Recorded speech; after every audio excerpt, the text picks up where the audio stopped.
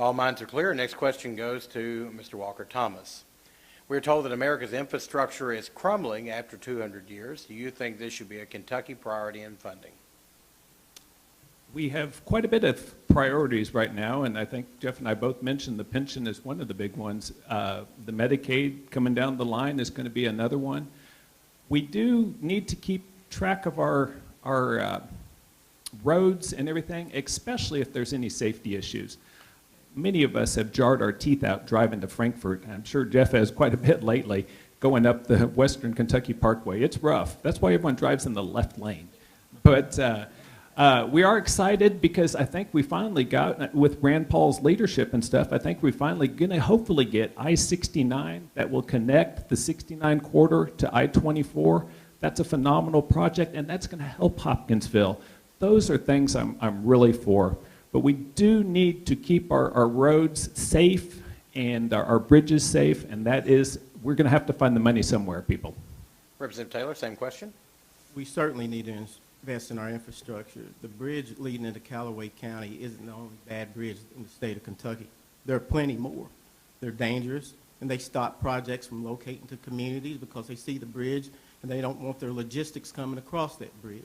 If anybody ever flies, then you know people from Louisville will leave Louisville and go to Nashville or Memphis to fly to avoid the Louisville airport.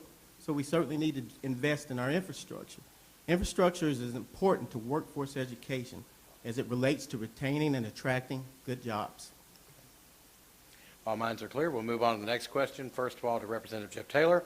And we'll follow that same line of thinking here. Kentucky needs to spend more resources building and repairing roads and bridges. Would you support a change in legislation to increase the gasoline tax to pay for such construction? No, I would not. We passed a 3P legislation where we can invest public dollars with private dollars, but I'm not in favor of a tax increase to do that. No, I think we're taxed enough. And our gasoline, the bulk of what you pay is already tax dollars. Mr. Thomas? We agree on this issue because I am not, being a Republican, I am not for higher taxes or taxes being raised on anything. I talked to someone the other day, and just right now, and there's probably people in the room that are guilty of this, gas is cheaper down at Exit 1, isn't it? It's a little bit cheaper down in Tennessee. That's directly to the gas tax. I have a friend that has a big diesel, which means it has a big tank, and he sees the diesel prices are cheaper in Tennessee. So raising the tax and making it even more, that's not going to bring the money. It could hurt any of the border states, or any of them. It's going to bring money to their states instead of Kentucky. So I don't think raising the gas tax is a good idea. Thank you, gentlemen. Appreciate that. Let's talk about a little different subject here. We'll go first of all to Walker Thomas with this question. Drug addiction's constantly in the news today. Is there legislation you would propose or support to begin to help address some of these problems? You know, drug addiction, it is really big. If we can get people more to work, I just mentioned that 57% of minorities are unemployed, and drugs are problems everywhere. I have someone facing it in my immediate family right now that is in a 1.5-year program. But the difference is it is spiritual based. It's so many of these programs that seem to be working to get people off of drugs seem to be spiritually based.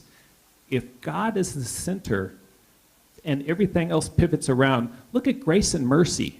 What a wonderful program that is right now. Sandra's excited for Election Day to come pass just so she can start helping with it. We have some good programs, and that's what it's going to take. We need to keep our drug court still funded, because I think that's doing a wonderful job also. Representative Taylor, same question. That's a great question, Alan. I spoke to Rich Maddox before he left White Hydraulics, or he may still be with him. And he told me drug use was a huge issue, but he said it was not among minorities that he had his problem. So my opponent is wrong there. And actually, right now, I'm working on legislation, my very first bill that I'm going to pre-file to limit opioid prescription. It's epidemic throughout Kentucky. It hurts our workforce. It destroys our families. It destroys our children's life. They asked me, are you sure you want to do this? You're new. I said, absolutely, I want to do it. Why? Because it's on my conscience. I see what it does to people's lives. So that's the first bill that I'm filing, and you'll see it hit the press any day. All minds clear, we'll move on to the next question. Let's follow along the same trend, a little different subject though. Our jails today overflow with felons. What crimes would you reduce to misdemeanors, and what expectations could be sentenced to them in exchange for jail time? Representative Taylor, first of all. First of all, I was a co-sponsor of House Bill 40, one of the last states to pass felony expungement. Our governor approved it, and he has not approved one application vote. So we need to adjust Class D felonies, especially for petty drug trafficking and petty drug use. We need to invest that money in rehab. Mr. Thomas? You know, we just recently passed that expungement bill, so why do we need to water it down already? Let's see what happens first. Instead of that, let's do something and let's support Marcy's Law. Marcy's Law endorsed me. Marcy's Law is some basically rights for crime victims. So we're talking so much about expunging bills, expunging felons. These have consequences. If you commit the crime, it has consequences. I believe in redemption. I believe that if they serve their time, that they should, eventually be able to get back in the workforce and everything too. A lot of people make mistakes at young ages, but let's support some of the victims. I'm a big supporter of Marcy's Law, and it didn't get a vote last session, and I'm hoping it will this time. Representative Taylor. Here's where my opponent is not in touch with his constituent base. I have two gentlemen in here with me, James Wallace and Arnez Garland, that are felons. They're working really hard to turn their lives around. I helped James with his application. Arnez is working desperately. I've got him in the Painters Union Hall. But if you don't give them the rights back, then they are just subject to go back into a life of crime. They have to be given an opportunity, and they're working really hard. But again, that's where you have to be compassionate and understand your constituent base. Mr. Thomas. I'm all for that, and I just said that. We need to get them back into the workforce. You're exactly right. That shouldn't be a hindrance as they rent houses or anything, or people that have started a job, found out they're a felon, and then have to get laid off because of it.